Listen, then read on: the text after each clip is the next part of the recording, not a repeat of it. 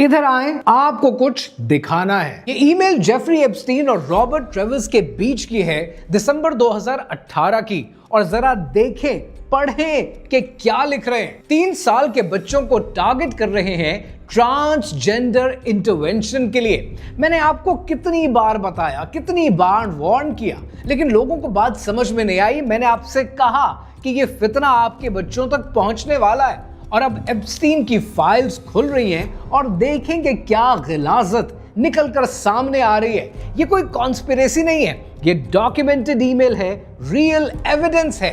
Jeffrey Epstein को ये evolutionary biologist लिखता है कि by the way we are now pushing the intervention earlier. Your 3-year-old son has trans tendencies, so now you intervene with hormones।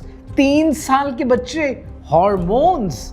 Pakistan में Disney plus आ चुका है और आप अपने बच्चों को क्या दिखा रहे हैं? The proud family louder and prouder.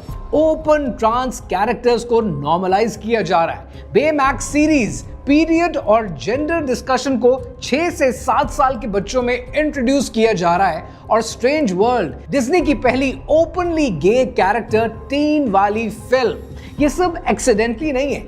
Email देखें, पुशिंग इंटरवेंशन अर्लियर, ये सब प्लान्ड है, ऑर्गेनाइज्ड है। और इसीलिए आपको पाकिस्तान के एंटरटेनमेंट के अंदर, ड्रामों के अंदर नजर आता है कि आपके कल्चर को और आपके रिलीजियस बिलीफ को बिगाड़ने की कोशिश की जाती है। अपने बच्चों को इस फितने का शिकार होने से बचाना आपका फर्ज है। स्क्रीन टाइम को मॉनिटर करें, कार्टून्स देखें, स्कूल का कैरिकुलम चेक करें, ये आपकी जिम्मेदारी है। कौन से कार्टून सेफ हैं ये मैं डिस्क्रिप्शन में आपके लिए ऐड कर रहा हूं।